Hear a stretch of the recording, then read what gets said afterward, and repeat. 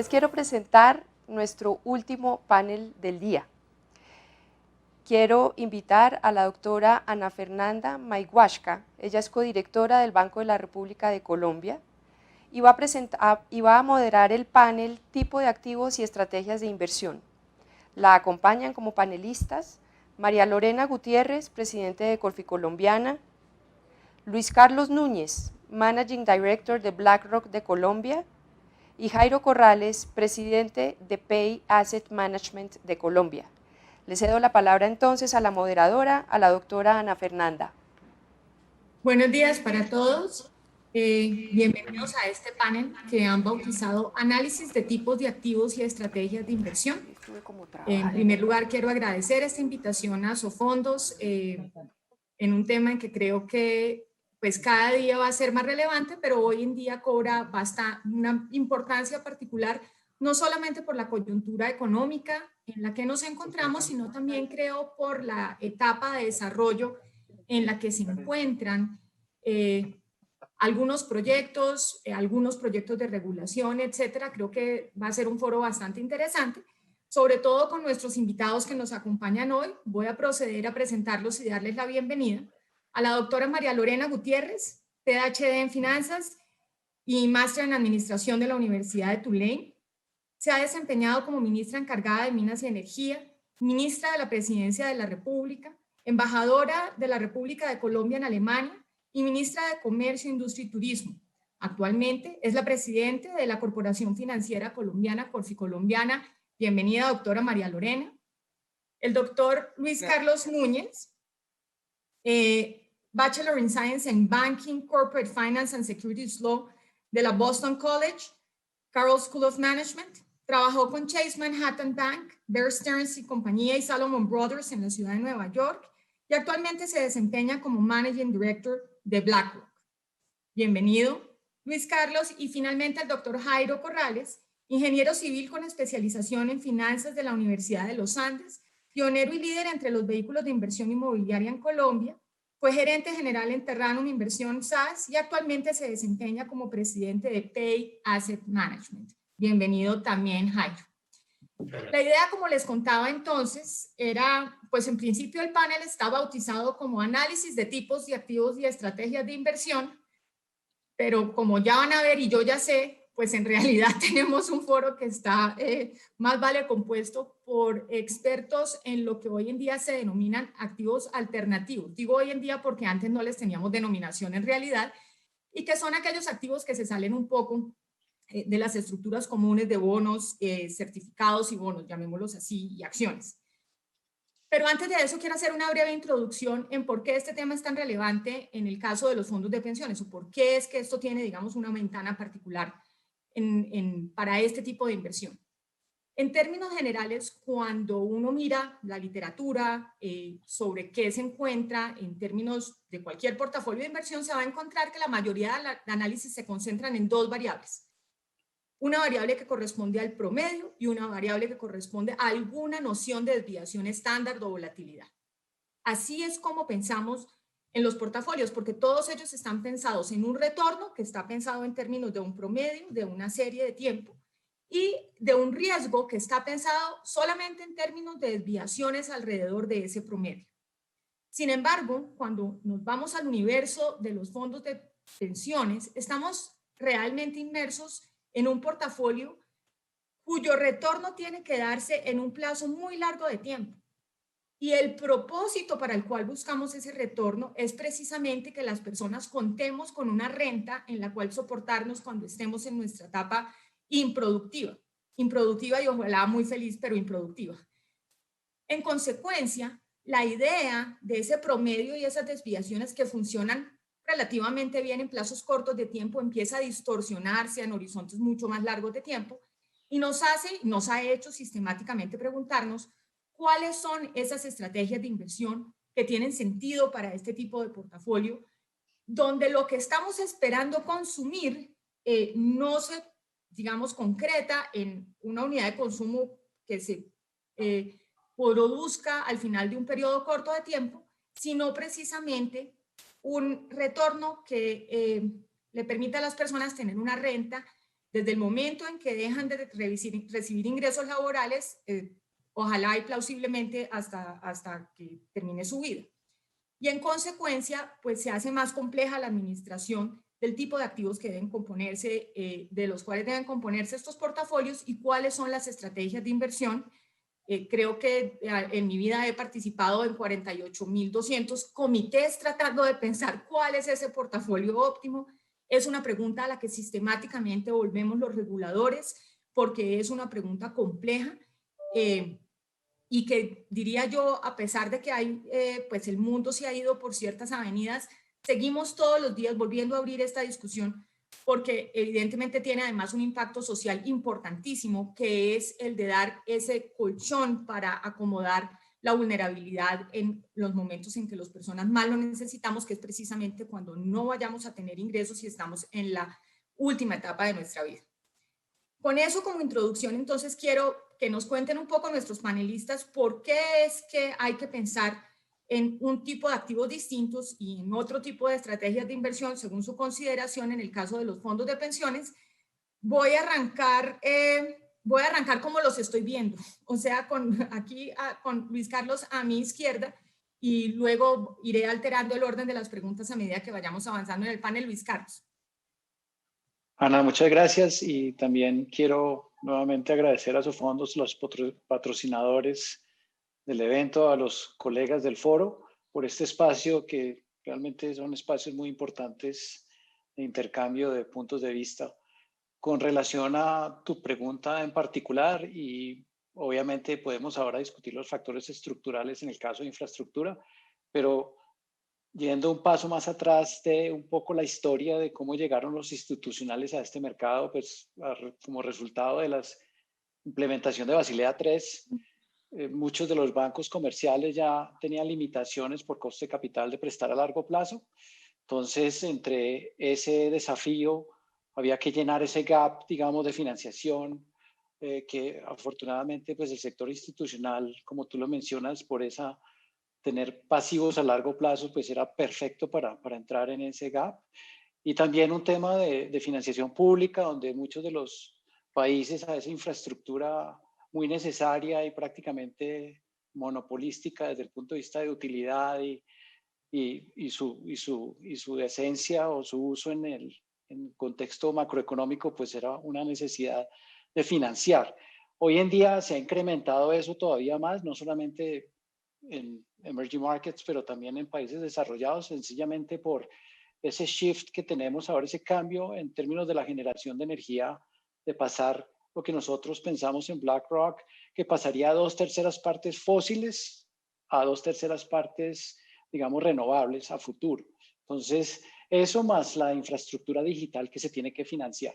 Entonces, digamos que el outlook es muy bueno desde el punto de vista de las necesidades que hay para financiar esa infraestructura a largo plazo. Y finalmente, hemos tenido una situación de bajas tasas de interés a nivel global desde la crisis del 2009, crisis financiera, donde pues obviamente las medidas públicas desde el punto de vista fiscal y monetario han incrementado la liquidez a nivel global y ahora más todavía, obviamente, con esta situación que estamos viviendo del COVID-19, pues eso, como tú bien lo dices, ha creado un rally en tasas impresionante, tanto en tasas a nivel local en los países como pues en dólares. Y claramente ahí hay un factor diferenciador desde el punto de vista del activo de infraestructura como un proveedor de ese rendimiento adicional que ayudaría a los portafolios a futuro pues a tener una rentabilidad que efectivamente pueda dar ese retorno que necesitamos todos para nuestra jubilación, porque al fin y al cabo eso es lo más importante. Ya en los factores estructurales del producto en sí, lo que tú mencionas, duración, obviamente es clave, rentabilidad es clave. En Colombia, por ejemplo, en el caso, y ahora podemos hablar de relative value más adelante a nivel global, pero nosotros hoy, por ejemplo, estamos prestando en los proyectos de infraestructura a un VR más 750 básicos, mientras la tasa, digamos, del VR de una duración similar del gobierno está en 300. Entonces, claramente eso está muy por encima del sector corporativo, está muy por encima, digamos, del benchmark del gobierno nacional. Entonces, da esa rentabilidad adicional. Además de eso, estamos siempre senior secured, entonces en la estructura de capital nosotros, pues obviamente tenemos el security y todos los activos, entonces eso te pone un paso más cerca también, digamos, de tener una seguridad adicional para el principal. Y lo más importante de todo, la naturaleza del activo. Muchos de los activos en los que nosotros financiamos prácticamente son monopolios, llámese la carretera o llámese un activo de uso público donde hay una planta de tratamiento de agua, y muy pocos realmente están sujetos a que sean obsoletos desde el punto de vista de tecnología. Se puede mejorar la tecnología, pero digamos que no es como infraestructura, digamos, en algunos sectores como comunicaciones, donde efectivamente una tecnología puede llegar y prácticamente hacer nula una inversión anterior a esa, porque sencillamente no tiene esa necesidad no se ha actualizado lo suficiente. Entonces, digamos, esos son factores muy, muy críticos. Obviamente, generalmente prestamos siempre indexado a la inflación, entonces eso también te protege un poco contra esa volatilidad de los factores macroeconómicos.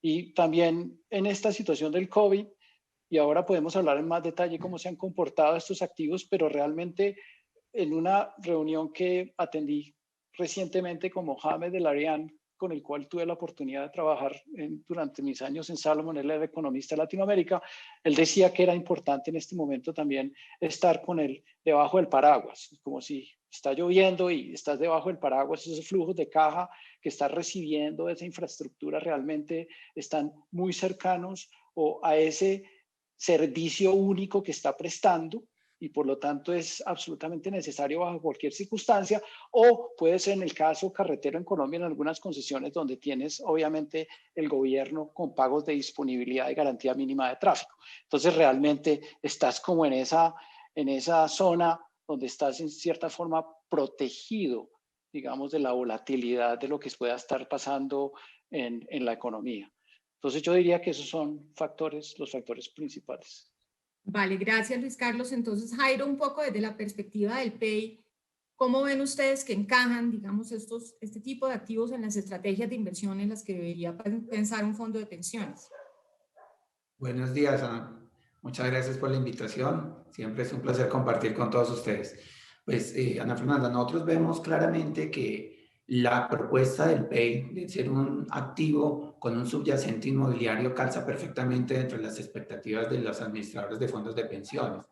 Es claro que un tipo de activo con un subyacente como este hacía falta porque los fondos de pensiones tienen una vocación de muy largo plazo como también la tenemos nosotros. Y esa vocación de largo plazo permite alinear intereses. Además, en un vehículo como en el PEI, donde tenemos una generación de ingresos recurrentes, pues calza muy bien con las necesidades que va a tener la AFP en la medida en que tenga afiliados que se acercan a su edad de retiro. Adicionalmente, la diversificación que puede tener un vehículo de real estate es bien interesante también para los inversionistas institucionales. Nosotros, Ana Fernanda, hoy en día tenemos cerca de 2.000 contratos de arrendamiento y eso nos permite que ninguno de nuestros arrendatarios, que son los que generan los ingresos, represente más del 10%. Entonces, el tema de diversificación, de largo plazo, de generación de caja recurrente. Y tú mencionabas un tema muy importante, que es la apreciación que tiene el subyacente en el tiempo. Eso también es supremamente interesante. Además, cuando la valoración de los activos se hace con una metodología muy clara, como la de flujo de caja descontado. Entonces, todo eso hace que para unos inversores como los fondos de pensiones sea muy interesante tener un vehículo que tenga un gobierno corporativo robusto y que les permita tener una exposición a un sector que, como ya lo mencioné, tiene una alta diversificación. Adicionalmente, nos parece que uno de los atractivos para los fondos de pensiones es la baja correlación que tiene con otros instrumentos de inversión, porque nosotros no tenemos la misma volatilidad, como ya lo decía Luis Carlos, que otros papeles, que otros instrumentos. Y eso es bien interesante. Entonces, una baja volatilidad, una baja correlación, pues hace aún más interesante para las administradoras de fondos de pensiones vehículos como el que nosotros hemos logrado estructurar en PEI Asset Management. Vale, gracias Jairo. Y finalmente la doctora María Lorena, ustedes que han sido, digamos, una piedra muy muy fundamental en la estructuración de proyectos y sobre todo proyectos de infraestructura. ¿Cómo ven desde su perspectiva entonces la importancia de este tipo de activos para este tipo de portafolios? Bueno, primero, muy buenos días para todos. Ana Fernanda, un gusto saludarla y pues me alegra estar en compañía de Luis Carlos y Jairo y pues todas las personas que nos acompañan y a Sofondos, mil gracias por la invitación. Si quiere, pues antes de hablar de infraestructura y cómo veo el tema, usted y yo, mujeres juiciosas, viendo el título, pues dije, bueno, hablemos de portafolios en términos generales. Y quiero referirme al principio de esto y después a los activos alternativos y después, si quiere, en una segunda parte hablamos más de infraestructura. Pero obviamente, y usted, pues digamos, como codirectora del Banco de la República, con el tema de la disminución de... Estamos viendo es que las inversiones en renta fija están a niveles muy bajos en este momento y yo creo que hay que pensar en otros activos, hay que pensar en otros activos en estos portafolios y por eso me voy a referir no solamente dentro de los portafolios de los fondos de pensiones, sino en general, pues estamos buscando y lo mira, pues lo conocen Luis y Jairo perfectamente, pero pues tanto las fiduciarias, los FIX, los fondos de inversión, pues están buscando otros activos, mucho facturas, libranzas, activos con derechos de contenido económico que permitan, digamos, reemplazar o diversificar estas inversiones en renta fija ahora. También vamos a tener un entorno, y así lo veo yo, de mucha liquidez. Y vamos a seguir con la incertidumbre. O sea, realmente la incertidumbre de recuperación económica y el desempeño de los emisores. Creo que eso es el gran reto que tenemos en estos próximos meses y años y es cómo va a ser esa recuperación económica y el desempeño sobre todo de los emisores. Por eso es importante este tema de los activos alternativos en el sentido de, son activos a largo plazo, ¿no? Que permiten manejar, y lo decía Jairo ahora, manejar la volatilidad del día a día y además tener la diversificación. O sea, voy a tratar de no repetir lo que mencionó sobre todo Jairo, porque los portafolios ahora, como le digo, dadas las bajas tasas de interés y pues la baja rentabilidad del portafolio en renta fija, pues ¿en qué se están concentrando? Pues básicamente en inversión en dólares, con cobertura pues con la exposición cambiaria, eso es como el pick-up que hay ahora sobre las inversiones locales en especial. También muchas inversiones en pesos y creo que lo mencionó Luis Carlos, sobre todo indexados, ¿no? Indexados a mediano plazo, esperando un repunte de la inflación, que es muy importante. Muy importante las emisiones nuevas, sobre todo con el respaldo del Fondo Nacional de Garantías, porque esto hace que haya nuevas inversiones, diversificación y pues, rentabilidad dentro del portafolio.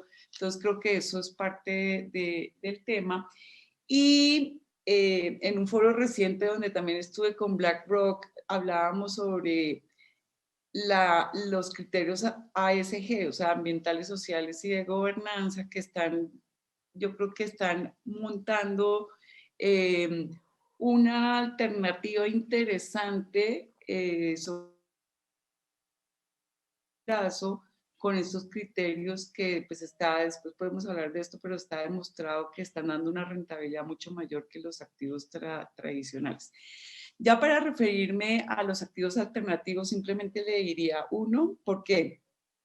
Son por diversificación, porque son de largo plazo, porque pues no nos podemos negar, y esta discusión que usted habla de los 48,000 foros que ha estado y paneles y discusiones y comités, pues la profundidad del mercado accionario en Colombia pues es muy baja. La capitalización bursátil no alcanza el 30% en Colombia y pues realmente que un inversionista pretenda diversificar su portafolio en la bolsa pues es muy difícil.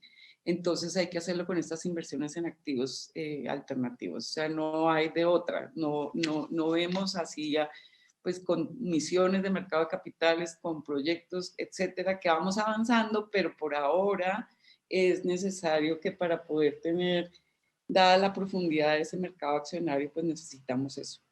Necesitamos aumentar la posibilidad, o sea, yo sí creo que todavía estamos muy conservadores para poder invertir en estos activos alternativos con perfiles de riesgo, digamos, diferentes a los activos tradicionales. Y para eso, ¿por qué? Pues lo decía Jairo, creo, pues las correlaciones bajas con los activos tradicionales, en particular con acciones, por eso es importante, los plazos, los flujos estables, ¿no? Sobre todo en infraestructura, y lo podemos mirar porque son fuentes de flujos que son muy identificables, que pueden ofrecer estabilidad. Por ejemplo, en términos de carreteras, pues están los peajes, las vigencias futuras, los DRs, etcétera. Pues en todos los temas inmobiliarios están los temas de arriendos, etcétera. Esos flujos que permiten una estabilidad, digamos. Y el otro tema es la participación de las garantías estatales, ¿no? Yo sí creo que ahí es fundamental porque en cierta forma elimina el riesgo. Pero ¿qué necesitamos para que estas inversiones se puedan hacer en estos activos? Y ahora me voy a referir al final para los fondos de pensiones. Necesitamos claramente que haya una adecuada valoración de esos activos, de esas inversiones. Y por eso, digamos, si no tenemos esa valoración de las inversiones, pues se dificulta la falta de cotizaciones en el mercado de esos activos. Muy importante es una elevada especialización de los gestores de las inversiones, ¿no? Porque eso da confianza en el mercado, ¿no? Menos regulación y transparencia. O sea, menos regulación, mayor transparencia. Limitaciones, digamos, en la información de riesgo y retorno, ¿no? Por eso dejar de ser tan conservadores. Y un poco la disminución de costos, ¿no? Porque creo que parte de este tema.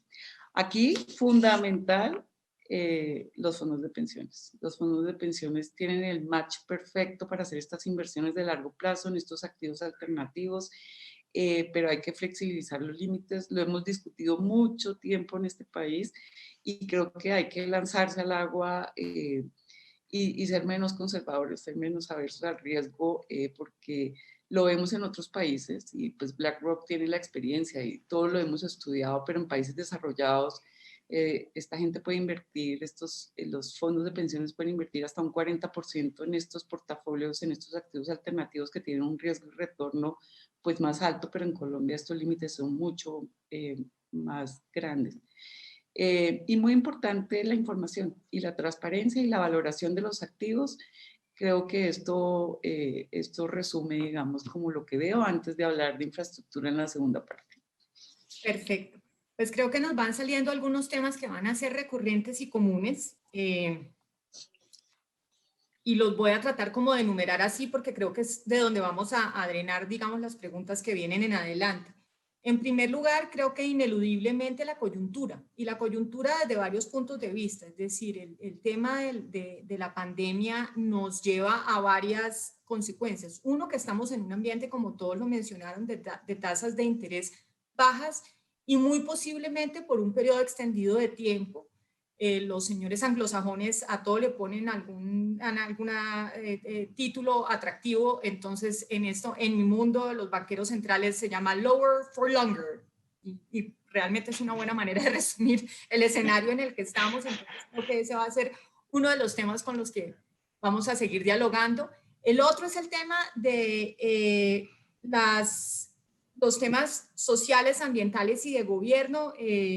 Yo le agradezco a María Lorena que me dio las siglas en español porque yo estaba aquí enredada con las siglas en inglés, entonces entiendo que son ASG, ambientales, sociales y de gobernanza, y creo que ese va a ser una cosa importante porque es una avenida por la cual veo que el mundo va transitando a una velocidad incluso más rápida de la que yo esperaba, cosa que me parece una buena noticia y me parece interesante escucharlos un poco ustedes también al respecto. En el tema de la coyuntura adicionalmente está el punto de no solamente tenemos estas tasas de interés bajas, sino una cosa sobre la que quisiera escucharlos, y es que precisamente estamos hablando de proyectos a muy largo plazo, pero en una coyuntura de altísima incertidumbre. Y pues eso hace que sea difícil porque cuando uno normalmente mira qué pasa en momentos de alta incertidumbre, la inversión es la primera que se retrae un poco, porque es precisamente donde más información debiera yo tener o contar para poder pensar si hago esas inversiones a largo plazo, ya no hablando aquí desde el punto de vista del inversionista institucional, sino de quien emprende el proyecto. Entonces me gustaría que me contaran un poco sobre esas incertidumbres. Esos son los temas que hasta el momento he recogido, y finalmente el que mencionaba María Lorena, y es cómo estamos en términos de regulación de los espacios que tenemos. Estamos estrenando el decreto 1393, entonces también me parece que allí pues valdría la pena escucharlos un poco, y también escucharlos un poco más sobre el entorno general del mercado de capitales en cuanto a si existen los espacios adecuados para la estructuración de este tipo de proyectos. Entonces voy a alterar el orden. En este caso voy a arrancar por Jairo, porque si no los muevo, uno siempre se queda al final y entonces se va quedando sin ideas porque le toca repetir. Entonces ahora vamos a ir moviéndonos hacia acá. Entonces, Jairo, un poco voy a arrancar sobre la coyuntura. Hablabas tú de las correlaciones. Cuéntanos un poco en esta coyuntura, cómo estás viendo la capacidad de estos activos de comportarse en este ambiente de altísima incertidumbre, donde al principio tuvimos muchísima volatilidad, ya hemos visto, digamos, algo más de calma, pero cómo se comporta, digamos, el activo en esta coyuntura tan especial. De acuerdo, Ana Fernanda, sí, muy interesante, porque a pesar de que, como lo comentaba, nuestra alternativa de inversión tiene una vocación de muy largo plazo, pues tiene que enfrentarse a desafíos como esta coyuntura que acabamos de pasar del COVID-19 o que estamos afrontando ahora.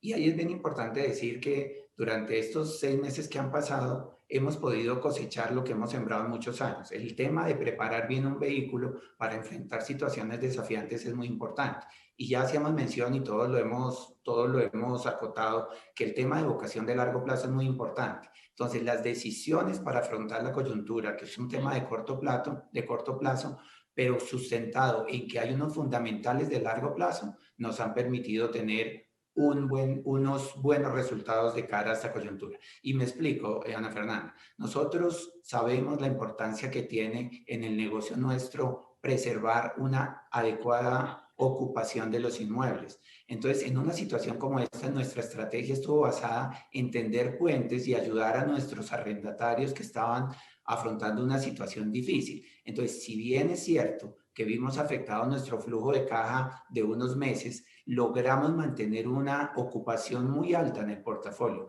y eso nos va a permitir que tengamos una recuperación. Eso se ha visto no solamente en mercados locales en Colombia, sino en general y a nivel global, y es que el sector inmobiliario, el real estate, es muy resiliente al tema de las crisis. El hecho de tener un subyacente que es tangible, que son unos ladrillos que está allí, pues permite que se tomen decisiones de largo plazo y que no tenga que uno precipitarse a liquidar los activos. Y esa es una de las grandes fortalezas que nosotros tenemos. Un vehículo como el PEI, que tiene un horizonte de 100 años, pues no tiene la necesidad de liquidar un activo en un momento de coyuntura que no es el conveniente. Entonces, lo que hicimos fue, efectivamente, ayudar a nuestros arrendatarios, que son los generadores de caja, ayudándoles especialmente en el tema de flujo de caja, pero preservando una ocupación muy alta. Y eso nos permite que hoy, finalizando octubre y noviembre, podamos decirte que categorías que en su momento estuvieron tan golpeadas como la de comercio están llegando a recuperar niveles de ventas del orden del 90%, a pesar de las limitaciones de aforo. Entonces, eso es muy importante.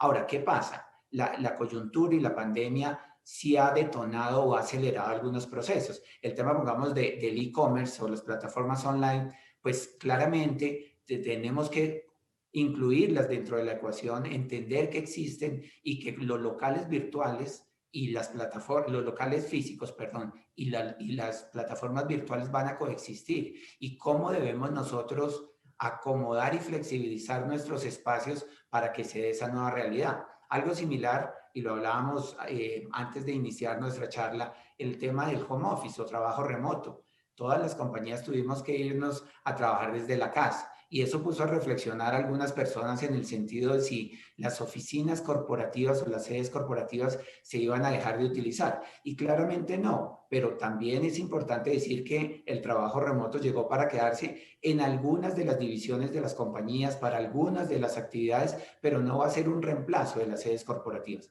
Entonces, yo creo que ahí hay un tema muy importante, Ana Fernández, que además de la vocación de largo plazo, lo que sí nos deja como enseñanza esta coyuntura es la necesidad de tener flexibilidad. O sea, nosotros tenemos que saber que nuestros activos deben tener la capacidad para adaptarse a las nuevas necesidades de nuestros arrendatarios. Y eso es supremamente importante.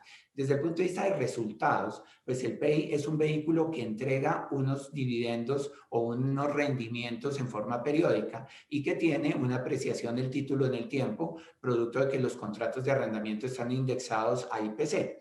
Entonces, claramente también la pandemia nos trajo una afectación en los rendimientos distribuibles, porque como ya comenté, generamos una serie de alivios a nuestros clientes, a nuestros arrendatarios. Eso significó una disminución en el dividend yield, pero en el largo plazo, Ana Fernanda, nosotros vemos que los precios, los fundamentales no se van a modificar. Entonces vamos a tener un periodo de recuperación que muy seguramente va a ser buena parte del año 2021, pero que después vamos a lograr tener los niveles de ocupación que preservamos con esta serie de alivios, pero que los precios no han entrado, sobre todo de los activos AAA, no han sido sujetos de unas modificaciones muy profundas. Entonces, en ese sentido, remataría diciendo que consideramos que el PEI como vehículo de inversión inmobiliaria se ha comportado de una manera bastante favorable de cara a un tema tan desafiante como ha sido el COVID-19. Bueno, pues eso me parecen excelentes noticias porque además creo que una cosa que quizá, y nos pasa a todos, me parece a mí, es que parte de los impactos de la pandemia son psicológicos y es que uno empieza a agrandar un poco los temas negativos, además porque estando uno encerrado en la casa tiende a agrandar más las cosas negativas. Y me parece que ponerle cifras a ese optimismo es una buena noticia para todos. Las cosas se van moviendo mejor en muchos casos de lo que esperábamos. Y creo que esas buenas noticias es bueno, digamos, traerlas un poco a la luz. Y voy a seguir entonces con María Lorena un poco en el mismo tema de la coyuntura. Es una coyuntura exigente, repito, hay mucha incertidumbre y entonces con estas estructuraciones de proyectos que son más largo plazo, ¿cómo ha visto usted que se impacten un poco con esta elevación de la incertidumbre que estamos viviendo? Pues mire, yo creo que ante esta incertidumbre, estos proyectos, por ejemplo, infraestructura, creo que es la mejor alternativa, porque para nadie es un secreto que la reactivación económica depende mucho del sector de infraestructura, del sector de vivienda, son las apuestas de los gobiernos en los últimos años, es la apuesta de este gobierno, simplemente por dos variables claras, y es una, aumenta el crecimiento de la economía, el PIB, y lo segundo que es muy importante es el tema de la generación de empleo que desencadena en una cantidad de temas de recuperación de sectores y de regiones en el país. Y ahí vuelvo a mis temas de ASG, porque eso también es súper importante en los temas sociales. A mí el tema social de no solamente esta incertidumbre en términos de inversión, me preocupa, pues digamos, o es una variable a considerar, sino la incertidumbre en los temas sociales, porque pues esto, digamos, con el tema del empleo, pues va a ser súper importante para este país, sobre todo en un país que es de regiones y de muchas desigualdades. Y ahí creo que la infraestructura, volviendo al tema de las inversiones, ahí creo que la infraestructura juega un papel fundamental y es una apuesta de país. Pocas cosas ve uno que haya apuestas grandes de país, porque yo creo que esta es una de las apuestas de país, es una apuesta del país en términos de gobierno, en tema del sector privado, que es el que está financiando las carreteras, pues porque todo esto usted sabe que son asociaciones público-privadas, el esfuerzo lo hace el privado, buscando cómo financiar esos proyectos y por eso es súper importante que existan esas fuentes de financiación y pues los financiadores, ¿no? ¿Qué ha pasado en el país con respecto a infraestructura? Pues los proyectos 4G fueron financiados mucho por los bancos, sobre todo en la primera ola, pero la participación de los bancos, de las entidades financieras, ha disminuido. Y eso es lo que me preocupa a mí para, digamos, el término de lo que se va a cerrar de los proyectos de 4G y los proyectos de 5G que ha anunciado el gobierno nacional, pues porque si no hacemos cierre financiero, pues no vamos a tener estos proyectos, no vamos a hacer la recuperación económica que tanto hablamos. Y finalmente no, sino simplemente los bancos, ¿por qué dejaron de invertir en carreteras, digamos, o porque han disminuido su participación, sobre todo los bancos locales? Una, porque hay una regulación más estricta, y lo hablábamos ahora con el tema de Basilea. 2, por un tema de límites naturales en el tema de riesgos y de balances, pero también por el tema de estabilidad jurídica, ¿no? Usted sabe que con muchos temas recientes, con decisiones judiciales, pues los bancos, todos los bancos, con proyectos de Transmilenio, con proyectos de carreteras, con proyectos de acueductos, con proyectos de represas, etcétera, han tenido que asumir las responsabilidades como terceros de buena fe. Y eso, digamos, hace que en su portafolio los bancos estén limitando, digamos, su apetito por estos proyectos de infraestructura. Entonces creo que hay que trabajarle a eso, pero mi mensaje es que si no tenemos otros inversionistas, como los fondos de pensiones, como las compañías de seguro, veo muy difícil, digamos, la financiación de el cierre, digamos, de los 4G, que todavía quedan 29.5 billones que financiar de los proyectos 4G, más los proyectos 5G que acaba de anunciar el gobierno nacional, de los cuales pues se requiere la financiación para estos proyectos, porque no viene el gobierno nacional en los primeros años. Usted sabe que pues son asociaciones público-privadas, esto viene financiado en los primeros 5 años por el sector privado, pero pues hay que hacer estos cierres financieros. Entonces me parece muy importante unir como un gran proyecto nacional, que es la infraestructura para la reactivación económica, para la generación de empleo, pero hay que facilitar los mecanismos de financiación, porque si no nos vamos a quedar con unos proyectos que no van a hacer este cierre financiero, sobre todo cuando los bancos fueron los que financiaron en una primera hora todos los proyectos de 4G, pero han ido disminuyendo su participación y no veo que las vuelvan a abrir. Y es un llamado, digamos, es un llamado a país, es un llamado también, pues digamos, en términos de regulación que usted pues dijo que lo íbamos a revisar, pero es un llamado a que para hacer este cierre se necesita que los fondos de pensiones y las compañías de seguro puedan aumentar su participación en esto, más la creación de otros instrumentos, pues que lo podemos hablar después. Vale, aunque es tentador que ya nos metamos un poco en este tema del rol de estas inversiones en la reactivación, en una coyuntura tan particular como la que estamos enfrentando. Yo, en cualquier caso, quiero aprovechar un poco aquí la visión internacional que nos puede ofrecer BlackRock para que Luis Carlos nos cuente, si ahora volvemos un poco a estos otros temas más relacionados con la infraestructura, pero ¿cómo ha sido, cuál ha sido el comportamiento del valor relativo de este tipo de activos alternativos en Colombia versus el resto del mundo? ¿Cómo ves, digamos, esa comparación internacional en estos momentos? Sí, gracias, Ana. Y para mencionarte que nosotros, a pesar de que somos una firma global con presencia local, entonces yo personalmente y nuestro equipo acá en Bogotá se sienta en comités semanales con nuestros colegas en Asia, en Europa y en Estados Unidos y hablamos de infraestructura en general y qué está pasando, cuál es el precio de activos, no solamente en deuda, sino en equity. También me siento en algunos comités del lado del equity, de los proyectos, y te quiero comentar para dar una perspectiva, por ejemplo, que el retorno esperado de inversionistas institucionales internacionales, por ejemplo, en renovables hoy, del equity, está en el orden del 6%, 6 o 7%. En la deuda, digamos, para una vida media de 10 años, un proyecto con calidad crediticia como la de Colombia, 3B, 3B menos, estamos hablando treasuries más 200 básicos. Entonces, para que tengas una perspectiva a nivel global de dónde están las tasas y el retorno del equity esperado y el de la deuda. En Colombia, si obviamente un corporativo fuese a salir AAA en el mercado local bajo IPC, estás hablando de unos 300 básicos arriba de la inflación. Y como mencionamos, también para que tengas una idea, Colombia globales en 10 años está como Treasury más 180.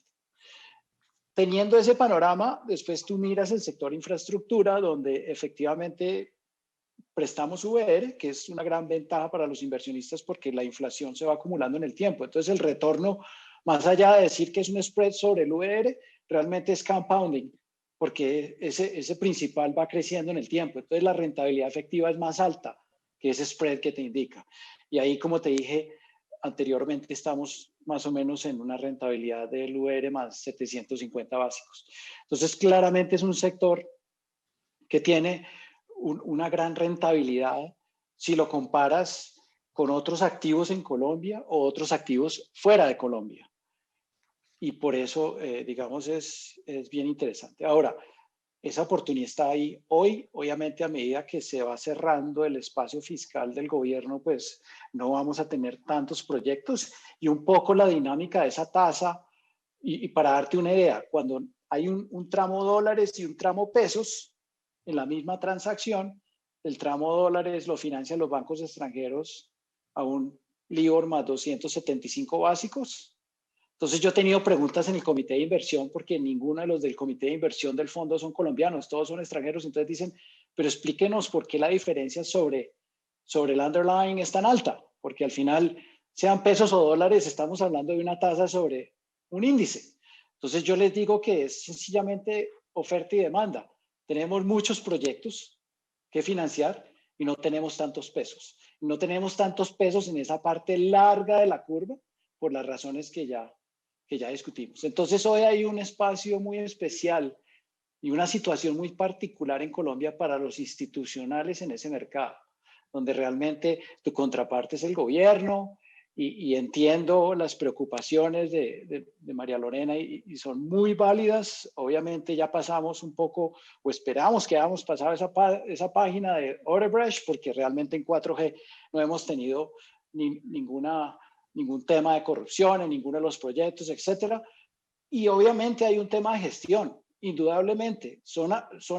Hay riesgos, claros que lo da, y estamos trabajando carreteras en Colombia, en este increíble país que tiene todo, pero claramente la geología es retadora. Pero no hay tecnología hoy de ingeniería que no pueda abordar los riesgos en Colombia. Entonces es un poco más de cómo estamos enfrentando ese manejo día a día de los proyectos con los concesionarios y con los sponsors.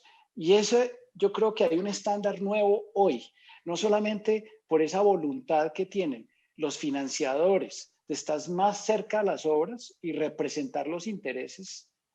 Nosotros, obviamente, en nuestros zapatos representamos los intereses de esos inversionistas institucionales, sino que estamos trayendo a Colombia unas firmas de ingeniería que son de talla mundial, un Strabag, un Ferrovial, etcétera. Son firmas reconocidas a nivel global. Entonces, aquí hay un tema también de seguimiento de cada proyecto, donde nosotros como gestor también hemos aportado un poco, trayendo unas mejores prácticas de afuera en el seguimiento de los mismos. Entonces, sí hay riesgos, efectivamente, pero todo es un tema de monitorearlo y manejarlo.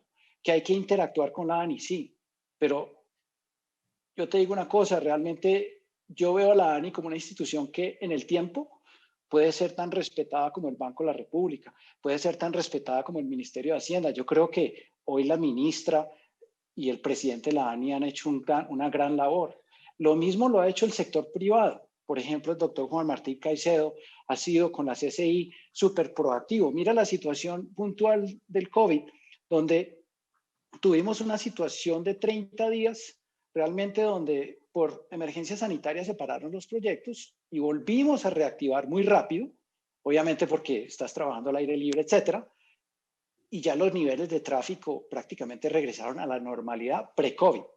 O sea, una recuperación en B pequeña, una recuperación súper rápida, lo cual también para los inversionistas pues les da, digamos, un nivel de confort, que después de haber pasado por esta situación tan tremenda, pues estamos operando normalmente. Pero ese manejo que le han dado en Colombia, y es algo que yo creo que nosotros todos tenemos que estar muy orgullosos, esa interacción entre el sector público y privado, esa reunión y ese otro sí número 1 que firmó el doctor Juan Martín y su equipo en la CCI con el gobierno nacional, con todas las entidades de control, de tal forma que las medidas que necesitaban los proyectos se aprobaron de forma transversal, de mano del gobierno nacional. Eso es una cosa trascendental y es algo que todos debemos estar muy orgullosos. el otro tema de esa interacción entre sector privado y sector público. El otro tema es que tenemos un programa APP. Mira, los países ahora, como medida contracíclica, van a tratar de crear esos programas APP para precisamente tener esa medida, inyectar liquidez, crear empleo.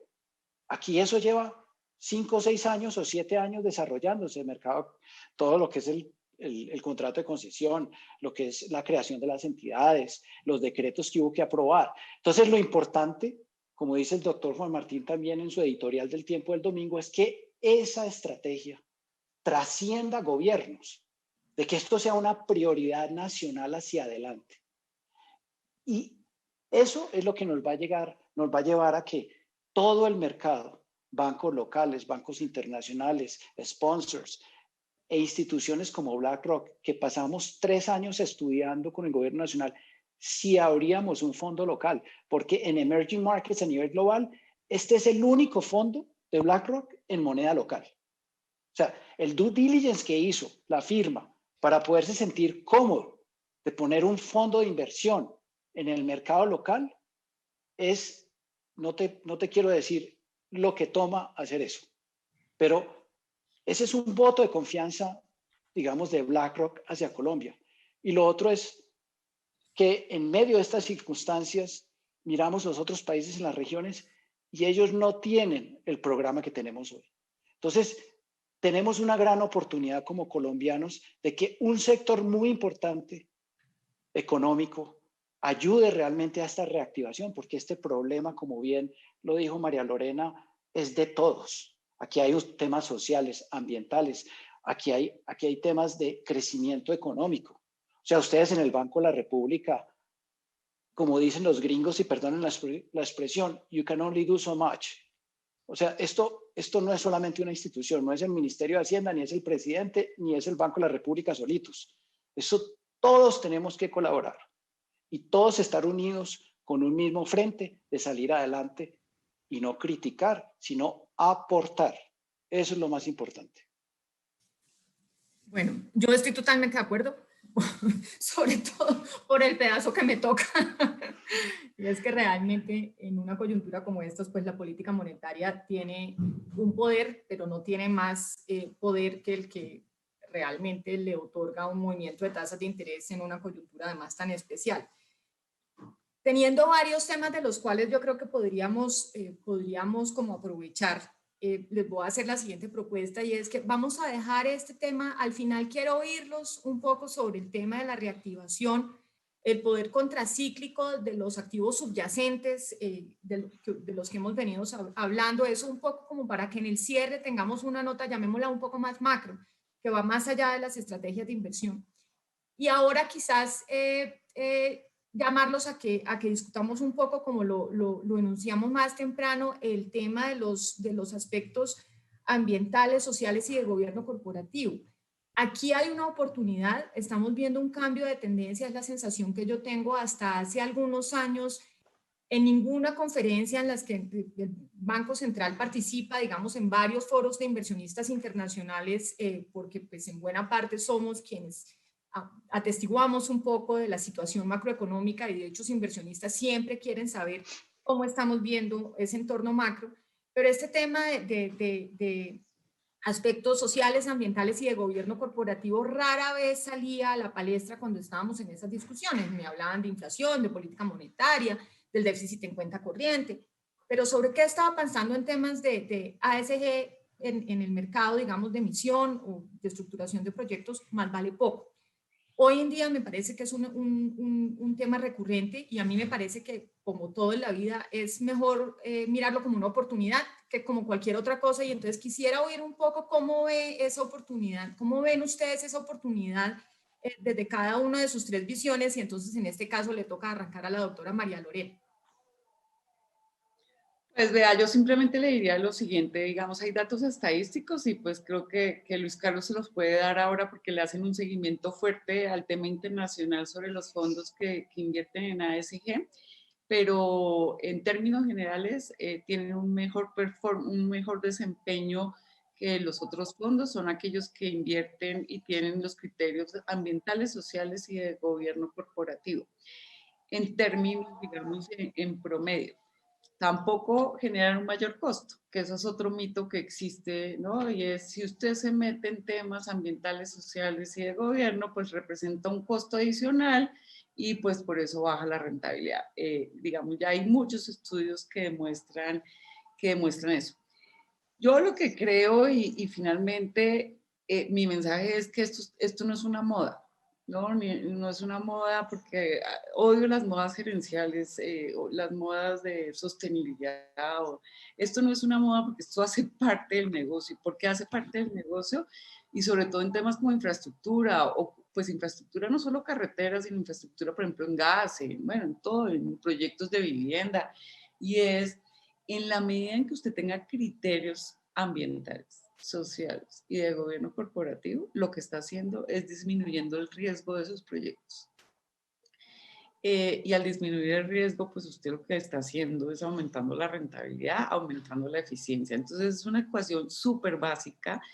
Es en la medida en que una carretera, un gasoducto, un proyecto de vivienda controle todos los temas ambientales, trabaje con sus comunidades y tenga criterios de gobierno corporativo, pues lo que está haciendo es siendo eficiente, y por eso lo veo práctico y creo que no es una moda gerencial ni es pues ahora el tema de la responsabilidad social de hace 20 años, no. Creo que son criterios súper prácticos, y por eso creo que las empresas, y tenemos que llevar es a los pequeños y medianos, sobre todo proveedores, a que se metan a involucrar esos criterios, sobre todo en proyectos como los que estamos viendo acá de infraestructura, porque esto no son las grandes empresas ni los grandes financiadores, esto está lleno de miles de pequeños proveedores a los cuales tenemos que meterlos en estos criterios ambientales, sociales y de gobernanza, y yo creo que esto va a aumentar nuestra eficiencia y nuestra rentabilidad. Al final, baja riesgos, sube rentabilidad, y no es una moda. Ok, entonces pues oigamos un poco a Luis Carlos, precisamente que nos cuentes un poco, como mencionaba María Lorena, cómo ves tú este tema y cómo se ha comportado. Yo estoy completamente de acuerdo, no es una moda, estamos bautizando algo que tiene que ser parte estructural del mercado, pero lo cierto es que sí está tomando más fuerza. Entonces quisiera oírte un poco cómo es el tema desde tu perspectiva. Claro que sí, y estamos totalmente alineados con María Lorena en su perspectiva de los temas ESG. Nuestros cofundadores, Larry Fink y Rob Capito, pues han sido muy claros, y en la carta a inversionistas que escribe cada año Larry Fink, este año levantó muchas ampollas. Digamos, es la realidad. Fue controversial, fue una carta muy, muy directa en la forma como la firma estaría mirando esos temas a futuro. Y pues obviamente muchas empresas no están preparadas o no lo han contemplado o están en proceso, y ese mensaje les llegó bastante fuerte. Pero en BlackRock estamos convencidos que riesgo climático, riesgo de gobierno, es riesgo de inversión. Entonces, claramente estamos alineados con todas las mejores prácticas. Estamos, inclusive la firma, reportando al United Nations Principle for Responsible Investing en prácticamente todos los portafolios. Nosotros, en el fondo local de deuda, decidimos también llevarlo a ser certificado por una institución fuera de BlackRock. Lo certificamos por GRESB, que es tal vez, digamos, la entidad internacional más respetada en términos de esos criterios para evaluar a los fondos. Ahora recibimos ya el resultado preliminar de ese esfuerzo, el cual les quiero contar primero el resultado y después explicarle por qué es tan alto, porque realmente tiene que ver con Colombia también. El score fue 100% del score posible y quedamos de primeros entre 117 fondos de infraestructura en las Américas, porque este ranking se hace en contexto de otros fondos. Es como un profesor en la universidad haciendo una curva. Entonces, se toman todos unos fondos, en este caso fueron fondos de infraestructura de equity y deuda en las Américas, y se evaluaron los criterios. Esto tomó más o menos 8 meses y quedamos de primeros. Entonces, realmente estamos muy satisfechos, muy contentos con el resultado. Y más allá de la satisfacción de BlackRock, es la satisfacción, como mencionaba María Lorena al principio, de transparencia con nuestros inversionistas. Entonces nosotros sí queríamos que no fuese solamente los principios que seguimos nosotros como fondo dentro de nuestro proceso de due diligence y de monitoreo de proyectos en BlackRock, que tenemos un grupo separado de nosotros que dentro del mismo BlackRock, sino también hacerlo por un tercero. Entonces eso nos pareció muy importante. ¿Por qué pensamos nosotros el score es tan alto?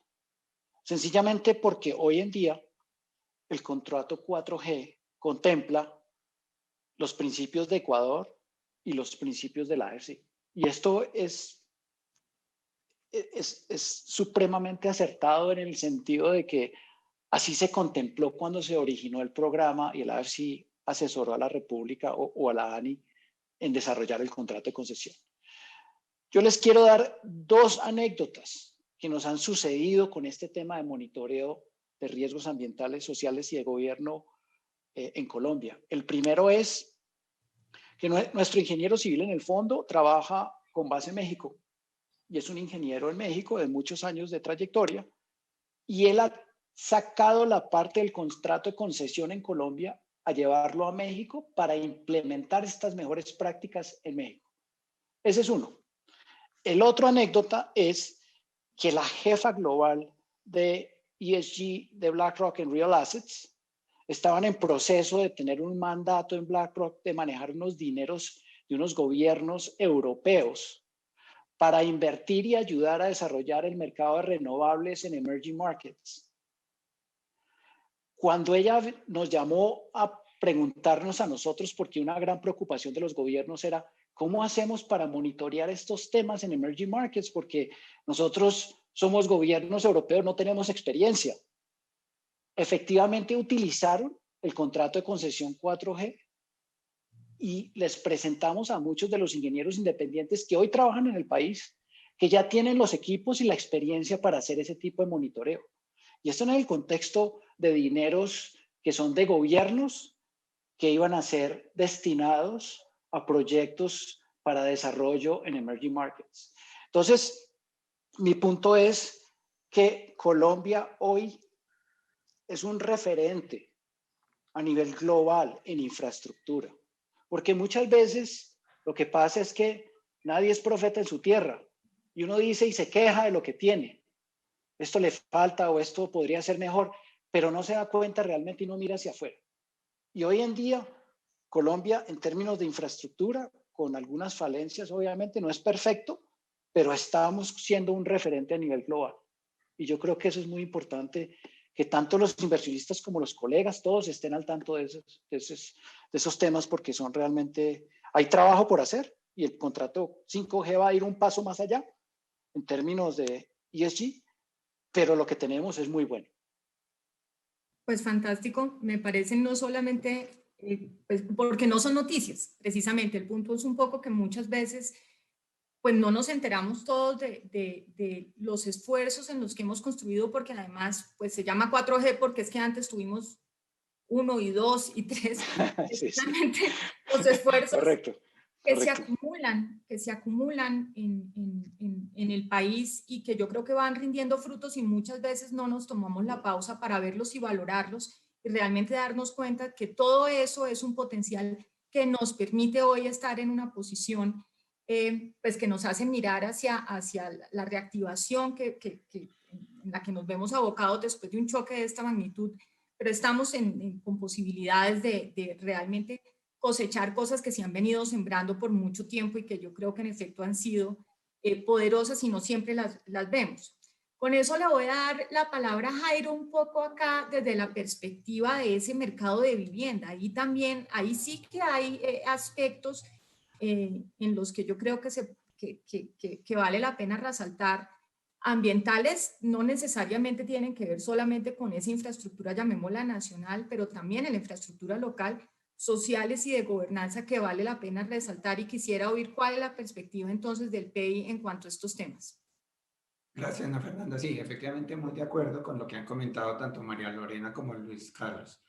En el caso particular del PEI, consideramos que no, como lo decía María Lorena, no es un tema de moda, es un tema de convicción, de tener conciencia de que se puede contribuir sin necesidad de afectar a los diferentes grupos de interés que uno atiende. Nosotros consideramos que la adopción de buenas prácticas de inversión no deben disminuir la rentabilidad para nuestros inversionistas, por el contrario, lo pueden potencializar y de igual manera debería mejorar el producto que le entregamos a nuestros arrendatarios. Entonces estamos absolutamente convencidos. Y además es un articulador de negocios. ¿Nosotros qué consideramos? Y ya lo tenemos, lo hicimos recientemente y es un tema que me parece muy interesante, es que el PEI, como vehículo de inversión inmobiliaria, desde hace 13 años ha venido haciendo emisiones recurrentes de títulos participativos. Pero desde hace cerca de 2 años empezamos a hacer las emisiones de bonos, de deuda. Y recientemente, Ana Fernanda, logramos la aprobación de una línea de bonos verdes. ¿Por qué? Porque creemos que ahí hay una alternativa de financiación muy interesante destinando estos recursos a reconvertir algunos de nuestros activos para que cumplan altísimos estándares de sostenibilidad ambiental. Entonces hay una manera muy directa de efectivamente traducir esas buenas prácticas en una realidad. Somos además muy conscientes de la importancia del gobierno corporativo. Nosotros consideramos que una de las grandes fortalezas del vehículo ha sido esa, tener un comité asesor con miembros independientes, con un tema de equidad de género. 4 de los 9 integrantes de nuestro comité asesor son mujeres. Hemos tenido una representación regional interesantísima. Hoy el PEI tiene presencia en cerca de 150 municipios. 150 activos con más de 30 ciudades y municipios. Y hemos llegado a sitios donde hubiera sido muy difícil llegar y qué bueno poder estar impactando a esos municipios con activos de altísima calidad y cumplimiento de unas especificaciones técnicas. Estamos en el camino de lograr unas certificaciones, de aumentar nuestro porcentaje de certificaciones líder en los activos, de hacer la medición de huella de carbono. O sea, hay muchísimos aspectos en el tema ambiental donde podemos contribuir. Pero el tema social también para nosotros ha sido siempre una preocupación. Nosotros, uno de los temas que más nos hace sentir orgullosos es que consideramos que hemos contribuido a la democratización de la inversión inmobiliaria, que hoy cerca de 16 millones de colombianos, en buena medida a través de los fondos de pensiones, tengan la posibilidad de invertir en real estate, pues es algo que consideramos es de gran impacto, porque pues antes eran inversiones que las personas naturales veían como totalmente lejanas y que no podían acceder a ellas. Entonces, para nosotros ha sido un tema muy, muy importante. Y en relación a tu pregunta concreta de los activos nuevos, nosotros estamos haciendo una valoración y en la matriz de rentabilidad, cuando nos estamos enfrentando a la posibilidad de adquirir un inmueble, le estamos dando un peso muy importante al cumplimiento de todas estas condiciones mínimas que fijamos en cuanto a sostenibilidad, no solamente ambiental, de responsabilidad social y de gobierno corporativo. Eso ya lo hemos venido haciendo desde hace un tiempo importante. La compañía PEI Asset Management fue recientemente es signatario de PRI. PRI es una asociación a nivel internacional que precisamente recoge unas buenas prácticas de inversión responsable. Entonces estamos muy, muy comprometidos con el tema, no por, como lo decía María Lorena, por un tema de moda, sino porque creemos que es una manera de también contribuir sin necesidad de bajar 1 centímetro el compromiso que tenemos con nuestros inversionistas y con nuestros arrendatarios. De hecho, aquí voy a usurpar mis privilegios de moderadora porque quiero recalcar un tema que mencionó justamente Jairo al principio, quizás en su primera o segunda intervención, y es que a mí me da la impresión, y esto me parece que es importante para el público en general, no sé cuánto público en general nos esté viendo que no esté muy metido en este tema pensional, pero no me importa. Normalmente pensamos, cuando las personas hablan de grandes inversionistas y el mercado de capitales, etcétera, existe una carga, digamos, un juicio de valor respecto de que esas cosas no se ocupan mucho del bienestar social, porque es como, no sé, estas taras que tenemos, el capitalismo, y entonces eso va precisamente solo en torno a la rentabilidad, y entonces va en desmedro de alguna manera del bienestar de las personas. Pero quería llamar la atención cómo tener un vehículo, un vehículo que estructure, como en el caso del PEI, da un colchón para permitir alivios a esos personas que están arrendando sus inmuebles en algún momento y que pasaron por una coyuntura muy crítica al inicio de la pandemia en particular. Probablemente, si no estuvieran dentro de estas estructuras, el margen de maniobra que uno tiene para negociar condiciones que alivien y permitan, digamos, el tránsito de ese golpe son más difíciles. Entonces, quería yo resaltar un poco que muchas veces hacemos asociaciones libres entre cosas que son buenas y que son malas, y realmente estamos hablando de instrumentos que lo que permiten es generar colchones que de hecho le ayuden tanto inversionistas como al otro lado, en este caso las personas que están pagando los cánones, a probablemente pasar ríos o baches, digamos, en sus coyunturas de ingreso con mayor facilidad. No sé si Jairo quieras complementar algo, pero me parece que es algo de resaltar y que la gente muchas veces pasa por encima pensando que todas estas estructuras son unas estructuras de rentabilidad. Estas estructuras que buscan rentabilidad, sin lugar a dudas, tienen un impacto positivo en la vida de las personas. Así es, Ana Fernanda, y qué bueno que lo mencionas. Mira, hoy en día el PEI, como lo comentaba al principio, tiene cerca de 2.000 contratos de arrendamientos. De esos 2.000, durante la pandemia, entramos a revisar cerca de 1.650, donde les dimos unos alivios temporales para lograr que esas compañías fueran viables en el largo plazo.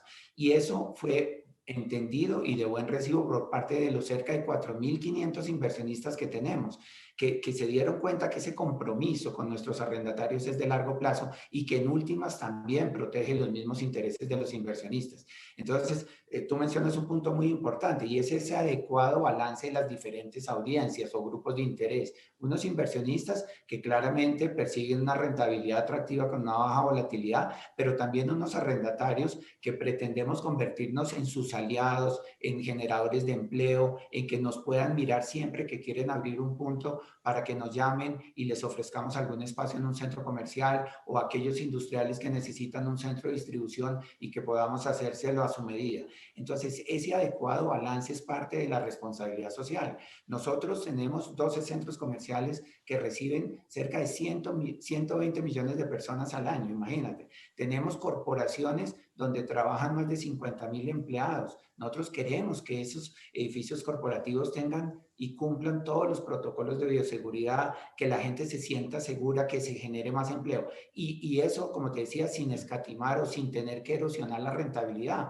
Uno puede hacer las cosas perfectamente bien sin necesidad de decir es que ahora voy a rentar menos. No, nosotros en nuestra promesa hacia nuestros inversionistas de una rentabilidad a largo plazo por encima de IPC más 7.5, creemos que la podemos atender sin que tengamos que sacrificar aspectos como el de sostenibilidad ambiental. Ahí al contrario, si nosotros logramos implementar programas de consumo de energía de renovables, como puede ser el tema eólico, como puede ser el tema solar, pues vamos a lograr transmitirles a nuestros arrendatarios ahorros en el valor de la operación de sus activos. Entonces es un tema que suma y no estamos diciendo vamos a quitar uno para dárselo al otro. Al contrario, creemos que la sumatoria de ese 1 más 1 nos da estrés.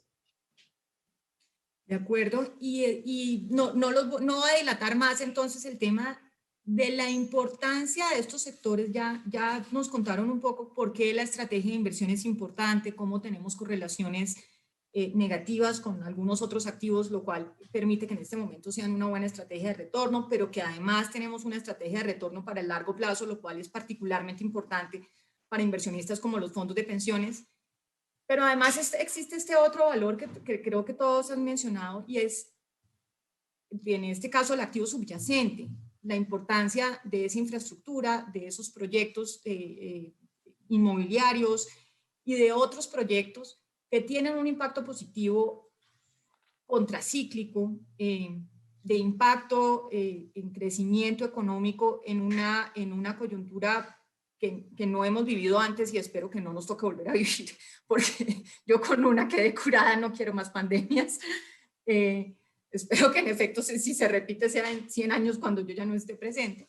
Pero lo cierto es que ese impacto, y en particular el impacto en empleo, es algo que hace que este sector sea especialmente importante en estos momentos, y entonces pues quisiera también escucharlos al respecto. Y voy a volver entonces al orden original, Luis Carlos, ¿Cómo ves tú el impacto de los proyectos de los que estamos hablando y que pues, se representan al final en activos de inversión, pero que en el principio lo que son los proyectos de inversión en los cuales va a haber generación de empleo, generación de crecimiento?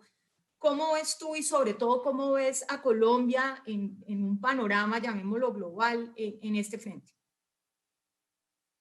Efectivamente, es un gran creador de empleo. En promedio, en cualquiera de los proyectos carreteros, y estamos nuevamente volviendo a los temas carreteros porque es donde hoy tenemos la mayoría de los proyectos, pero estamos seguros que en los próximos meses o los próximos años el programa APP estará creciendo y incluyendo otros activos muy importantes, llámese la planta de tratamiento de agua de Canoas, etcétera. Proyectos que requieren grandes inversiones. Y como ustedes saben, un proyecto 4G de menos de $600 millones no hay. Entonces, en promedio, en un proyecto pueden haber entre 3.000, 4.000 personas directas en el proyecto trabajando, y también tiene el componente del 30% de esas personas tienen que ser originarias del área de influencia.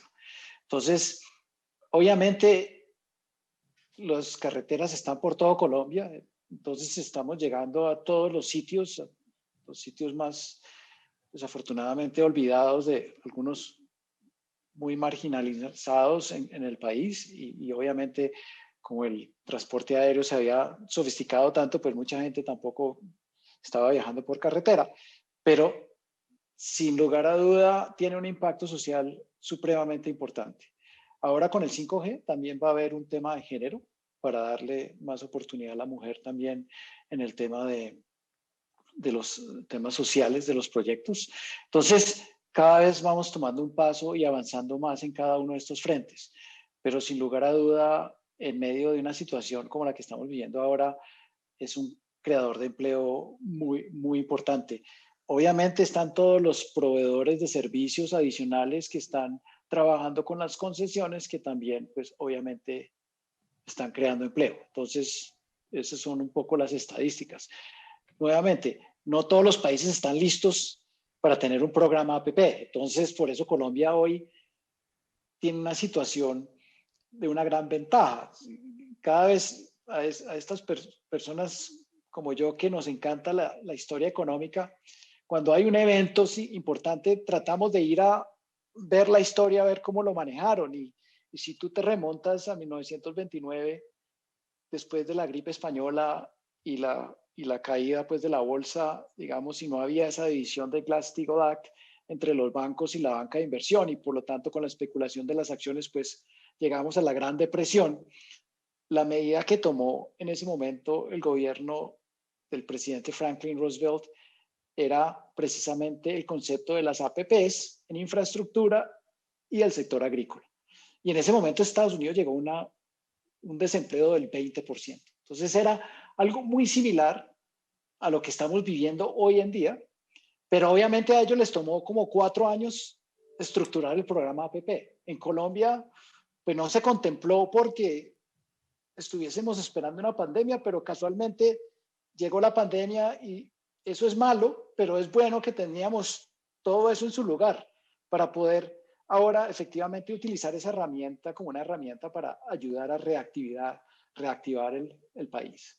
Entonces yo por eso digo que no solamente el sector ha sido supremamente resiliente y es una prioridad para el gobierno nacional, como tú lo mencionas, pero tuvimos la suerte de haber tenido ese programa listo para ser implementado, o la continuación del mismo a futuro. Entonces es una gran herramienta, porque si estuviésemos empezando de cero ahora, pues esto nos tomaría 3 o 4 años. De acuerdo. Ahí creo que mi único complemento es que, aunque entiendo que es un giro de lenguaje, pues precisamente esto muestra la importancia de que no fue suerte, fue precisamente, yo creo que el trabajo decidido de muchas personas y de muchos sectores, porque pues no se construye un programa de APP sin las 2 Ps, es decir, de agentes públicos y de agentes privados, y yo creo que eso ha sido una experiencia positiva que, como mencionas hoy, pues lo que nos está trayendo es que estemos situados en una buena posición para una respuesta contracíclica adecuada. Ya nos había contado un poco Jairo, pero te voy a volver a dar la palabra respecto a este impacto en esta coyuntura, digamos, cuando tenemos un impacto tan negativo en el empleo, tan particularmente en el empleo femenino, que es una preocupación que yo creo que trasciende. Yo creo que estas discusiones de género muchas veces quieren ponerlas como si fuera una preocupación de nosotros las mujeres, pero en realidad esta es una preocupación de bienestar social, es una preocupación que tendríamos que tener todos como sociedad. La brecha de género se ha aumentado de una manera mucho más importante en Colombia que en el resto de la región, y pues creo que cuando nos comparamos con países OECD, pues realmente es bastante preocupante, sobre todo por los impactos que esto tiene en la generación que viene. Es decir, este no es un impacto negativo que se quede en la generación que lo está recibiendo, es que la generación, los niños de esos hogares donde además nosotros encontramos que los hogares monoparentales están típicamente encabezados por una mujer, pues van a tener una senda de educación y bienes públicos que puedan aprovechar y productividad, etcétera, muy negativa, a menos que realmente se haga algo al respecto. Entonces, en esta coyuntura, toda esta problemática de generación de empleo pasa a tener una importancia particularmente relevante. ¿Cómo ven ustedes en PEI lo que se puede lograr y la responsabilidad que tienen en realidad estos sectores en términos de esta reacción contracíclica, Jairo? De acuerdo. Mira, comienzo por la compañía. En Pay Asset Management tenemos la fortuna de que la mayoría de nuestros colaboradores son mujeres y nos sentimos felices porque pues las contribuciones que hacen son inmensas. Y no solamente en cargos directivos, sino que en toda la amplitud de la palabra tenemos una receptividad gigante a que la mujer pueda contribuir en todos los aspectos. Ese es uno de los temas que a nosotros de verdad nos llena de mucho orgullo, que como lo mencionaba, no solamente a nivel de la Junta, sino a nivel de nuestras gerentes, de directores, tenemos una participación femenina muy, muy importante. Afortunadamente, Ana Fernanda, durante esta situación, no solamente no tuvimos que hacer reducción de personal, sino por el contrario, tuvimos que robustecer el equipo para atender precisamente la coyuntura, para entrar a mirar cómo apoyábamos a todos nuestros arrendatarios, para estar haciendo reuniones periódicas con nuestros inversionistas. Todo eso nos permitió no solamente no generar un desempleo, sino al contrario, lograr fortalecer la compañía. Y a nivel del vehículo y del PEI, trazamos unas políticas muy parecidas. Los centros comerciales que se vieron tan afectados por un cierre pues, de cerca de 120 días, donde no hubo actividad, preservamos el empleo. Preservamos el empleo, nunca salimos a recortar personal, hicimos unos ahorros en otros rubros, pero para nosotros es supremamente importante ese compromiso con lo social. Y por eso también creemos que en la forma como abordamos nuestras adquisiciones, el PEI hoy es un vehículo que tiene la capacidad no solamente de comprar activos ya terminados y estabilizados, sino también de entrar a participar en proyectos que están en gestación. Hemos sido y hemos por eso tenido la conciencia de la importancia de generar empleo en un sector como la construcción, que es tan dinamizador de la economía y tan demandante de empleo. Entonces ha sido una política general. Ana Fernanda, nosotros consideramos, como ya lo mencionaba anteriormente, que además la posibilidad que tenemos de llegar a diversas regiones. Cuando el PEI se lanzó hace cerca de 13 años, estábamos concentrados en Bogotá, Cali y Medellín. Hoy tenemos presencia en 30 ciudades y ha sido supremamente interesante ver cómo incidimos positivamente en el desarrollo de esas ciudades, no solamente en el empleo, sino en la prosperidad de esos municipios. Entonces ha sido un tema que la verdad siempre ha estado en la agenda de nosotros y que es una preocupación permanente, no solamente del comité asesor, sino que hemos transmitido que esa política la desarrollen nuestros aliados y coinversores. En el último 6 meses, 7 meses, además, atendiendo esa responsabilidad que tenemos, hicimos una serie de planes para apoyar a las comunidades que estaban más afectadas por el tema del COVID. Nosotros, de esos 30 municipios donde tiene presencia el PEI, escogimos algunos donde hicimos algunas donaciones que permitieron que esas poblaciones pudieran tener un mejor comportamiento de cara a una coyuntura tan desafiante como el COVID.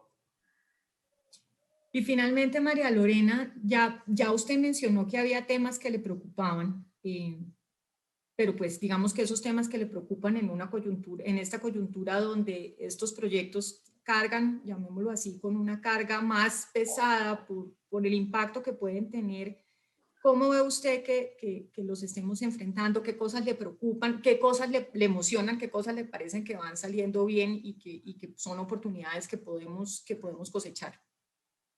Yo empezaría con el mensaje que me gusta mucho, que lo ha reiterado Luis Carlos, del tema de reconozcamos lo que tengamos. Y usted también lo dijo. O sea, y aquí en este panel, pues en este foro, sobre todo a Sofondos, que hay mucha gente del sector de pensiones, y es reconozcamos las instituciones que tenemos en el sector público, reconozcamos lo que hemos hecho en las iniciativas público-privadas, los esfuerzos de los constructores y el sector privado, los avances del PEI, que es impresionante, digamos, como alternativas de inversión, los reconocimientos. Ayer me enteré que Colombia fue reconocida creo que por el Banco Mundial, por el tema de ser uno de los países que mejor manejan las APPs. Entonces yo creo que esas cosas no las tenemos que creer. Y eso ha unido también a otro comentario que él estaba preguntando a Jairo sobre las mujeres. Es parte de la conciencia, ¿no? La conciencia tanto de los hombres como de mujeres de lograr una mayor participación en todo este tema también de mujeres en todos los niveles, digamos, de esto. Pero para contestar su pregunta, a mí me preocupa el tema social. Es un país, Colombia es un país de mucha desigualdad. Tenemos unas tasas de desempleo altas por esta pandemia. Y creo que nos tenemos que concentrar en eso. O sea, no solamente la recuperación económica, bueno, todo está correlacionado, pero si habíamos visto antes, por decirlo así, malestares sociales con marchas, etcétera, creo que si no nos ponemos todos a trabajar en el tema de la generación de empleo, pues vamos a tener problemas sociales mucho más graves, vamos a tener más pobreza y vamos a tener más inseguridad. Digamos, esa es mi gran preocupación. ¿Por qué es importante la infraestructura? Pues creo, y eso pues este gobierno lo ha dicho y lo han dicho muchos gobiernos, es porque ahora pues dieron cifras, pero le voy a decir, en mis 3 concesiones 4G nosotros generamos más de 15.000 empleos directos. Y ese mes que se paralizó el país, que se cerraron las carreteras, que a estas personas les tocó devolverse a ciudades, realmente se paralizaron las economías de muchas comunidades. Porque esto es el restaurante donde duermen, donde comen, cómo se transportan el señor, o sea, no solamente los temas de acero, cemento, sino en general economías locales que son fundamentales. Entonces, no solamente el empleo directo, sino el empleo indirecto en regiones donde se necesita, ¿no? No sé, nosotros estamos en Pacífico 1, que es de Medellín a Bolombolo, estamos Yopal, Villavicencio, o sea, realmente son municipios que realmente necesitan esta generación de empleo. Y ya para terminar, no quiero irme sin hacerle eco a sus palabras sobre, y lo voy a poner en mis palabras si lo entendí bien, cuando le preguntaba a Jairo sobre el efecto o los beneficios que tenían estos fondos, que no eran solo rentabilidad. Y yo creo que es un llamado también a que todos los empresarios y al sector empresarial a que hagamos un esfuerzo por hacer más visible lo que se hace. Nos da pena, obviamente el tema es rentabilidad porque es la responsabilidad, pero hay que hablar de las cosas importantes que se hacen en temas ambientales, sociales, de gobierno corporativo y obviamente de la rentabilidad, porque nos podemos dejar llevar de comentarios populistas, no capitalistas, en el sentido de que tenemos que mostrar. Entonces creo que hay que trabajar mucho más en la comunicación. Lo segundo, para poder comunicar también nos tenemos que medir más. Nosotros también entramos al PRI, al principio de inversiones responsables, porque eso es un esfuerzo para medirnos. Al igual cuando Colombia entró a la OECD y que le toca medirse, cuando tienen todos estos estándares, pues en la medida en que nos midamos, podemos hablar y mostrar lo que estamos haciendo. Y por último, creo que es fundamental la educación financiera. La educación financiera, sobre todo para los pequeños inversionistas, para que entren a estos fondos y entiendan las posibilidades de rentabilidad, menos riesgo y que inviertan en el largo plazo. Somos a veces en Colombia un poco cortoplacistas, pero creo que hay que trabajar mucho en el tema de educación financiera para inversiones en el largo plazo. Pues con eso entonces voy a dar un cambio de ventana, cambio de tercio un poco a temas menos macro, menos sociales y un poco más técnicos respecto de ya las cosas que necesitamos. Cuando hablamos de estos tipos de activos y de diferentes estrategias de inversión, también empezamos a toparnos con la regulación financiera. Mencionaba yo al inicio del foro que pues estamos estrenando el decreto 1393. Mi lectura del decreto es que le da más responsabilidad en términos generales a las políticas de inversión. Si hay algo, digamos, en lo que a mí, no, es que no sé si decir si aprender es el verbo, pero sí me parece que parte de las cosas con las que he convivido es que los cambios en los procesos regulatorios también son graduales y de alguna manera se ha ido caminando un proceso en el cual cada vez más la responsabilidad deja de estar en el regulador y pasa a estar en la política de inversión, pasa a estar en el gestor. Si es suficiente o no, eso es parte de lo que quiero un poco escucharlos a ustedes. Lo que yo veo es una mayor responsabilidad, repito, de la política de inversión, sobre todo en activos alternativos, pero en términos generales, digamos, un mayor poder para ese gestor, un gestor que además, pues, es decir, cobra una comisión, entonces tiene el derecho y el deber de ser más responsable respecto de cómo estructura estos portafolios. Adicionalmente, me parece que la noción geográfica también cambia porque el decreto 1393 ya empieza a hablar de los países de la alianza como un círculo geográfico más amplio donde los fondos pueden invertir, lo cual también, por lo menos desde mi perspectiva, me parece una buena noticia. Sigo, sin embargo, viendo que a pesar de que ese es el jalonamiento de alguna forma de la regulación, y ya los escucharemos, entiendo que María Lorena hace un rato mencionó que quizás no era el suficiente, pero todavía veo, digamos, un mercado en el que, aunque en algunas cosas necesitemos financiación bancaria, en otras tenemos quizá demasiada financiación bancaria y todavía no vemos que pase, digamos, a la plaza del mercado de capitales.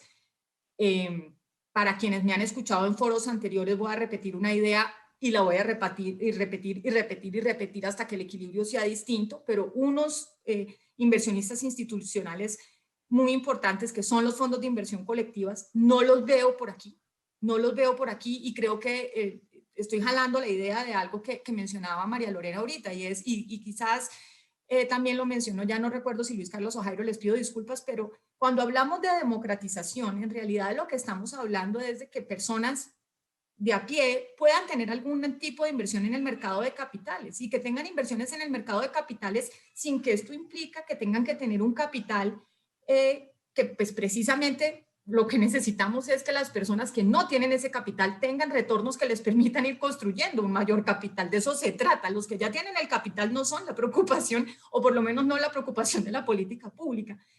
Y los TIC son el vehículo ideal para hacer eso, pero tampoco veo que esos vehículos estén, de hecho esos vehículos hoy en día en una porción muy importante alimentan, ese es el mercado de instrumentos bancarios. Entonces quisiera oírnos un poco ya más en este mundo financiero, de regulación, etcétera. ¿Qué falta? ¿Qué sobra? ¿O qué reflexión quisieran hacer ustedes? Voy a empezar esta vez entonces por Jairo. Gracias, Ana Fernanda. Sí, nosotros vemos con buenos ojos los pasos que se están dando en el tema de regulación, el tema de eliminar unos límites que antes eran absolutamente tajantes y que ahora quedan en discreción de la Junta de las AFPs, pues lo vemos como algo positivo. Creemos que pues tratándose de inversionistas institucionales que tienen absolutamente rigor para la escogencia de sus inversiones, pues allí se debe alocar ese riesgo. Entonces, a nosotros nos parece que como bien dices, puede que no se haya terminado, puede que esto sea un paso previo, pero me parece que está bien encaminado en el sentido de generar menos reglas y más bien alocar los riesgos donde deben estar las personas que tienen criterio para poder tomar las decisiones.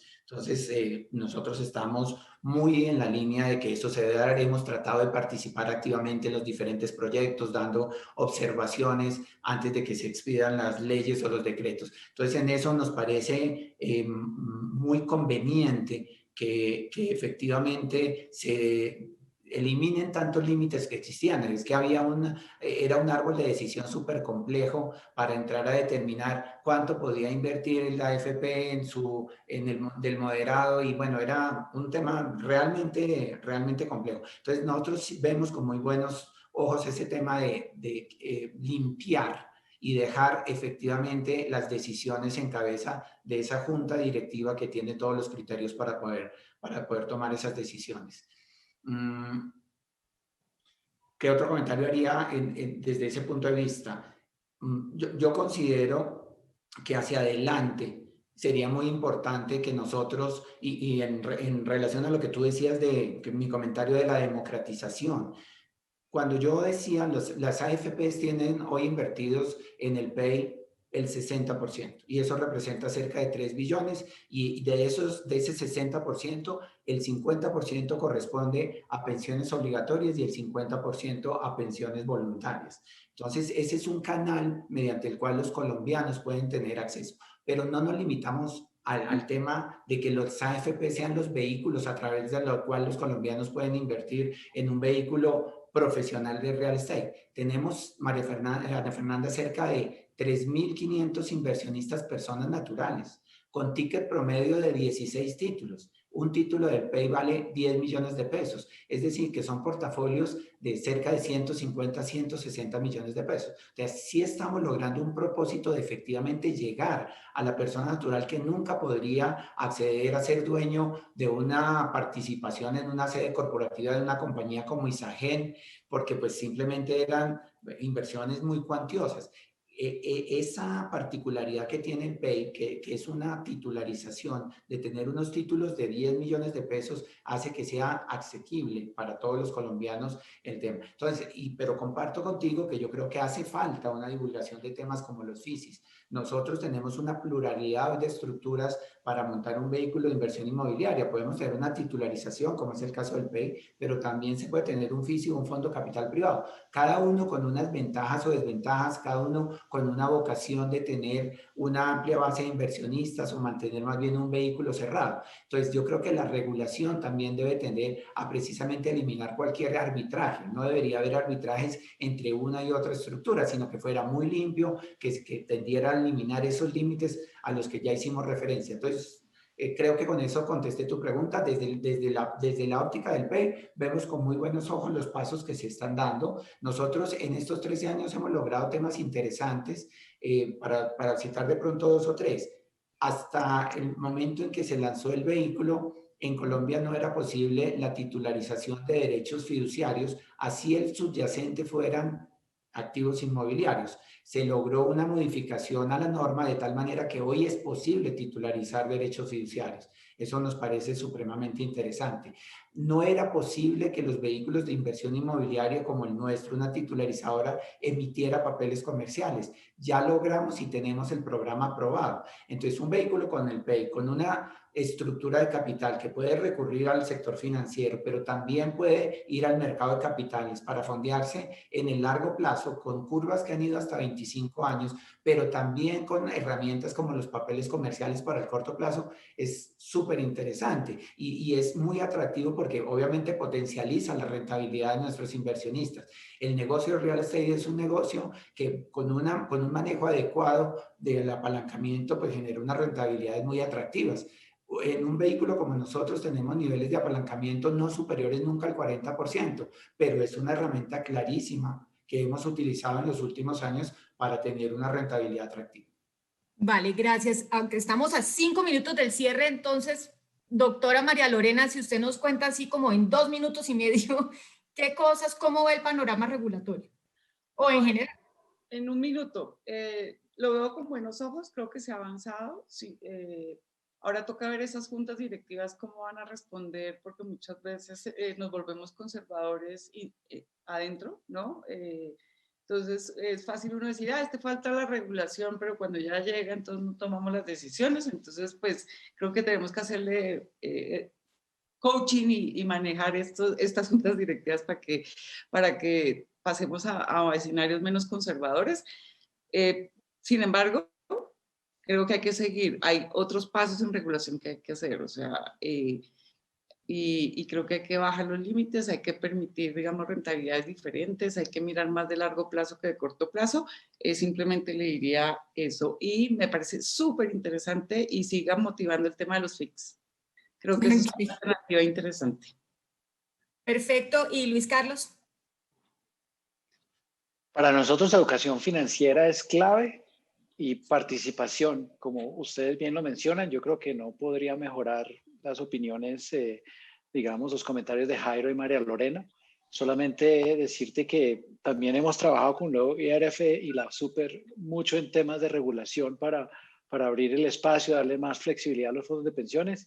Y ojalá los fondos tal vez en voluntarias o pues abran un espacio para infraestructura, porque yo creo que realmente es un activo que deberían de darle opción a ese inversionista también de invertir o dar un poco más de exposición a ese sector. Perfecto. Tenemos 3 minutos. Les voy a dar, por favor, así en 30 segundos y el mensaje de cierre que quieran. Y aquí le voy a dar primero la palabra a la doctora María Lorena. ¿Algún mensaje con el que se quiera despedir de este panel? Nada, que tenemos en estos activos alternativos inversiones interesantes, una institucionalidad que responde, una alianza sector público-privado. Nos toca ser menos conservadores, avanzar en regulación y adentro de estos fondos y de las compañías de seguros. Perfecto. Jairo. Visión de largo plazo y optimismo prudente. Perfecto. Y Luis Carlos. Gran oportunidad para el mercado institucional en Colombia hoy en día por todas las razones que discutimos. Perfecto, pues nada, creo que ha sido un panel con una visión bastante optimista, lo cual a mí me parece fantástico, entre otras cosas porque, pues creo que ya lo dijo algún famoso, pero pues no le veo mucha rentabilidad a ser pesimista, entonces realmente me parece que la opción de ser optimista sigue siendo la mejor. No le veo que uno le saque mucho jugo a sentarse a ver cómo es que todo va a salir mal. Y además me parece que realmente en cada uno de los casos oímos puntos concretos por los cuales tenemos razones para tener ese optimismo en lo que ha construido el país en los últimos años. Tenemos mucho por construir, pero es que esa es una buena noticia, porque si no nos quedamos sin trabajo los que estamos en el negocio de ver qué más podemos construir. Entonces, en ese sentido, creo que es una nota positiva, pero una nota que además tiene una razón fuerte de ser cosas que quizás no siempre miramos. Así que les agradezco.